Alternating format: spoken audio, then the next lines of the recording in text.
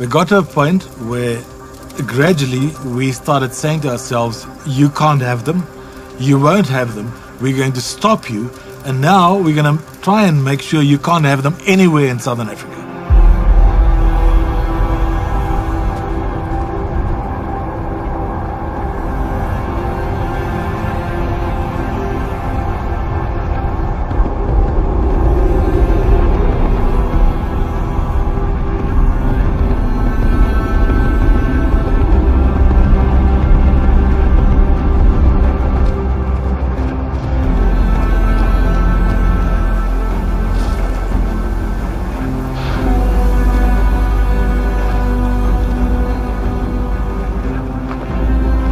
The rhino has become one of the key species that is becoming endangered due to poaching throughout Africa, but now especially in South Africa.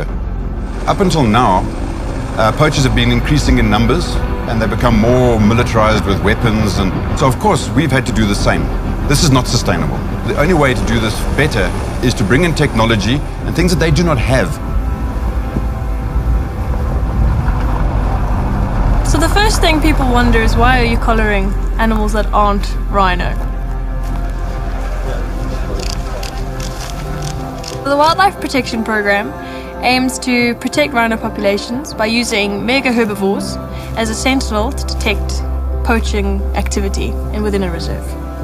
Your poacher enters an area, it's more likely to come across an impala than a rhino, and so these animals will then behave differently, and as soon as there's a change in their behavior, we'll be able to detect where exactly a poacher is, when he entered, and where he's intending on going. So these sentinel animals have collars with a sensor on them. The sensor transmits information across a LoRa network, which is a low-power, wide-area network. What we're looking at is the sensor collecting the data on the animal that gets back to the 3G network onto the IBM IoT platform. That data is then analyzed real time for the specific patterns we're looking for. Well, because the project works with IBM, MTN, as well as Wageningen University, each person has a different way of accessing this information depending on the use of that information. So I find it useful to know where the animals are so I can plan my experiments. And all of that can be referred to as the latest evolution in the use of technology called the Internet of Things. We immediately saw the potential between that application and our very strong, our biggest asset, network out in Africa, how we could partner to provide a superior solution from anything that's out there. I think if I look at the Internet of Things, it's doing that in every ecosystem, around every single problem. Whether it's a business challenge that we're trying to solve in industry, whether it's a conservation issue that we're trying to solve in this case. Technology has become an integral part of conservation. Using technology, we are able to do far more and outcompete our competitors to ensure the survival of animals. But this project is very different to what people have been undertaking up until now.